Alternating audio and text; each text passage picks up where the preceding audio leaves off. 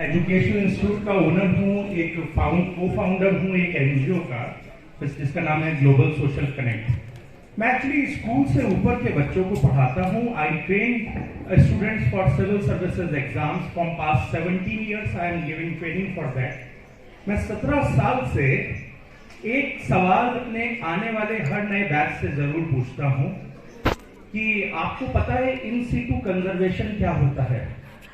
और मुझे काफी सारे बच्चे ये बता देते हैं। किसी से पूछता हूँ एक्स सीटू कंजर्वेशन क्या होता है, कोर जोन क्या होता है, किसी टाइगर रिजर्व में बफर जोन क्या होता है, और सब लोग बहुत अच्छे से बता देते हैं। आप लोग बहुत अच्छे से उन्हें ट्रेन कर कर भेजते हैं।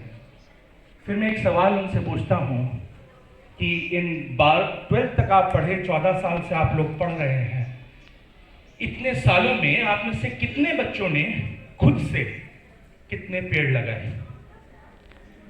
हर साल आप में से कौन कौन बच्चा हर साल एटलीस्ट 1 या 2 पेड़ जरूर लगाता है? सॉरी टू से, कभी कभी पूरा बैच खाली हो जाता है। ईमानदारी से जब मैं पूछता हूं तो एक भी हाथ खड़ा नहीं होता। मेरी मम्मी से जब मैं पूछता हूं कि इन सीटू कंजर्वेशन क्या है, एक्स सीटू कंजर्वेशन क्या है, उन्हें कुछ नहीं पता। पर मैं देखता हूं कि जब भी मैं कहीं भी उन्हें अपने साथ लेकर जाता हूं तो उनका सारा समय बगीचे में बीतता है, उस जगह पे। अभी मैं भरतपुर बर्ड सेंचुरी में था दिवाली वाले दिन, जिस दिन पटाखे छोड़े जा रहे थे, क्योंकि मेरा मानना है कि पटाखों के शोर से ज्यादा जंगल की शांति रोमांचित करती है। तो मैं दिवाली वाले दिन जंगल की शांति से रोमांचित होने गया था। तो भरतपुर में मैंने मम्मी को फोन करा वहां से, तो मैंने कहा यहाँ एक छोटा सा करेला है, ये लोग कह रहे जंगली करेला और इसकी सब्जी बढ़िया बनती। मेरी मम्मी बोली मेरे लिए लेकर जरूर आना, जंगली करेला तोड़ कर लाना, मैं देखूं कैसा होता है। लाल कलर का कोई परवल था, तो मम्मी ने कहा ये भी जरूर लाना है। वो पेड़ जरूर लगाती हैं, अक्सर पेड़ लगाती हैं। मेरी दादी, मेरी मम्मी तो फिर भी एमए है, लेकिन मेरी दादी बिल्कुल पढ़ी नहीं थी, पर पेड़ वो भी लगाती थी। अब एक सवाल और है मेरा आप सभी लोगों से, हम सब एजुकेशनल फैकल्टी से हैं। कौन अपने बच्चों को लादेन बनाना चाहता है? लादेन इंजीनियर था, सिविल इंजीनियर था और बेहतरीन इंजीनियर था। उसने अफगानिस्तान में बैठ करके स्टील की स्ट्रेंथ क्या होगी ट्विन टावर की अमेरिका में, कितनी हीट चाहिए, कितना टेम्परेचर चाहिए, कितना फ्यूल चाहिए, सब कुछ कैलकुलेट किया और उसको परफेक्टली एग्जीक्यूट भी करके दिखाया। उसे बिल्डिंग गिरानी थी, उसने गिराई। आप इससे कौन अपने बच्चे को कलाम नहीं बनाना चाहता? वो भी बेहतरीन इंजीनियर थे। But there is a difference between Laden and Kalam. और डिफरेंस किस बात का है? डिफरेंस दोनों के टीचर्स का है।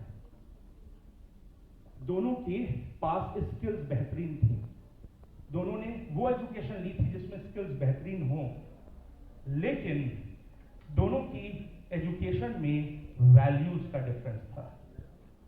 अगर स्किल्स बिना वैल्यूज के इंपार्ट की जाएगी तो हम लादेन पैदा करेंगे। अगर स्किल्स वैल्यूज के साथ इंपार्ट की जाएगी तो हम कलाम पैदा करेंगे।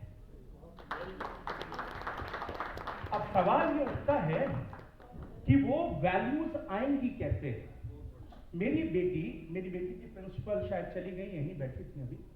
मेरी बेटी जो है वो, उससे भी कहता हूं पेड़ लगाने को, तो वो जो है मैं देखता हूं कि कहती है हाँ पापा उस दिन प्लांट डे था, उस दिन हमसे प्लांट लगवाया गया था। मैंने बेटा कब की? पिछले साल जब हुआ था प्लांट डे। मैंने कहा हाँ। उसके बाद तुम्हारा कभी मन नहीं करा लगाने का?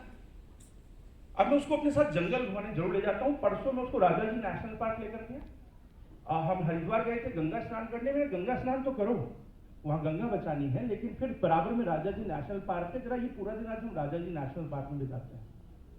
उसके बाद उसे समझ में आया कि सांभर में और चीतल में फर्क क्या है, क्यों हमको उसकी बचाना है।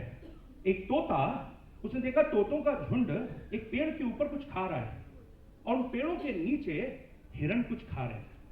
एक्चुअली हिरन उस पेड़ पर चढ़ नहीं सकते हैं, लेकिन वो फल उनको भी खाना है जो तोते को खाना है। तोता खाते समय जो गिरा रहा है वो नीचे से वो हिरन उसको खा रहे हैं।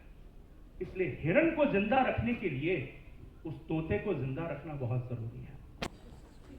और वो बात वो बच्ची तभी समझेगी जब वो होते हुए देखेगी। उस वैल्यूज को देखेगी, वो वैल्यूज को आएंगी, जो वो जंगली करेला देखेगी तब उसे उसकी वैल्यूज समझ में आएंगी।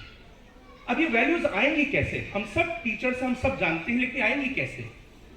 हम में से कितने लोग रोज शीशे के आगे अपने आप को मार्क्स देखते हैं, अपने आप को कौटिल्य देखते हैं? कितने लोग अपने में हीगल को देखते हैं, डेकार्ट को देखते हैं, एरिस्टोटल को देखते हैं, सुकरात को देखते हैं? हम सब उसी कम्युनिटी से आते हैं जिस कम्युनिटी से ये लोग आते थे। इस दुनिया में जितने भी बदलाव हुए हैं वो शिक्षकों ने किए। शिक्षक दुनिया में आग लगा सकता है, शिक्षक दुनिया की आग बुझा भी सकता है। हम सब चाहते हैं, पेरिस कन्वेंशन हो रहा है 2030 तक, हमको अर्थ के टेम्परेचर को 2 डिग्री सेंटीग्रेड से ज्यादा नहीं बढ़ने देना, वरना हम मर जाएंगे। हमने ये तय कर लिया 1.5 तो बढ़ेगा ही बढ़ेगा, 1 बढ़ चुका है। आज हम सब बंद कर दे, सारी इंडस्ट्री सब कुछ, हम पैदल चलने लगे तब भी 2 तो पहुंचेगा।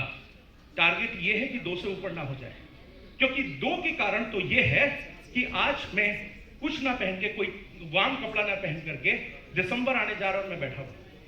ग्लोबल वार्मिंग यहां तक तो आ गई। मुझे याद है अक्टूबर में जब हम रामलीला देखने जाते थे, मम्मी स्वेटर पहना करके भेजती थी। आज दिसंबर में जो है हम लोग आराम से बैठे हैं, गर्मी यहां तक आ चुकी है। तो दुनिया को हम सबको बचाना है, और ये अगली जनरेशन जो हमारे हाथ में ना, उसको बचाना है। पर वो बचाएगी कैसे जब तक वो चिंतित ही नहीं होगी? लेकिन दुनिया खत्म हो रही है, एनवायरनमेंट खराब हो रहा है, इसमें सबसे पहले परेशान तो उस एनवायरनमेंट के टीचर को होना है जो जिसने अपनी पूरी जिंदगी रोजगार ही एनवायरनमेंट से कमाया। तो आग पहले शिक्षक को अपने में लगानी है, फिर छात्रों में लगेगी। तो इसलिए अगर हम सही में एजुकेशन देना चाहते हैं, अगर वैल्यूज हैं, स्किल वो खुद भी ढूंढ लेगा। जितना कंटेंट हम गूगल से निकाल के उसको देते हैं, वो खुद भी निकाल लेगा। मेरी बेटी निकाल कर मुझे दे देती है, she is in 2nd standard. लेकिन जो महसूस करना है, एहसास करना है, आप एसी के कमरे की ठंडक से पेड़ की ठंडक नहीं दे सकते। उसके लिए पेड़ के नीचे बैठना होगा, और जब वो पेड़ के नीचे बैठेगा तभी वो उसको बचाने की सोचेगा, वरना नहीं। ये एक एग्जाम्पल है, हर क्षेत्र में यही करना है। तो शायद अगर हम चाहते हैं इस एजुकेशन, हम बहुत कुछ, मैंने कहा हम आग लगा सकते हैं, हम सब लोग में इतनी ताकत है। बस अपने में मार्क्स देखिए, अपने में एरिस्टोटल देखिए, और हम आग इस दुनिया की बुझा भी सकते हैं। तो सबसे पहले हम छात्रों के लिए क्या करें? छोड़ दीजिए हमें एक शिक्षक के रूप में अपने लिए क्या कर रहे हैं, हम शिक्षक के रूप में कितना अपने आप को गौरवान्वित महसूस करते हैं। हमारे अंदर मार्क्स है, अपने मार्क्स को शायद पहले हम जिंदा करें। बहुत सारे जो है कौटिल्य, चंद्रगुप्त मौर्य खड़े हो जाएंगे, अपने अंदर के कृष्ण को जिंदा कर लें, अर्जुन पैदा हो जाएंगे। Thank you.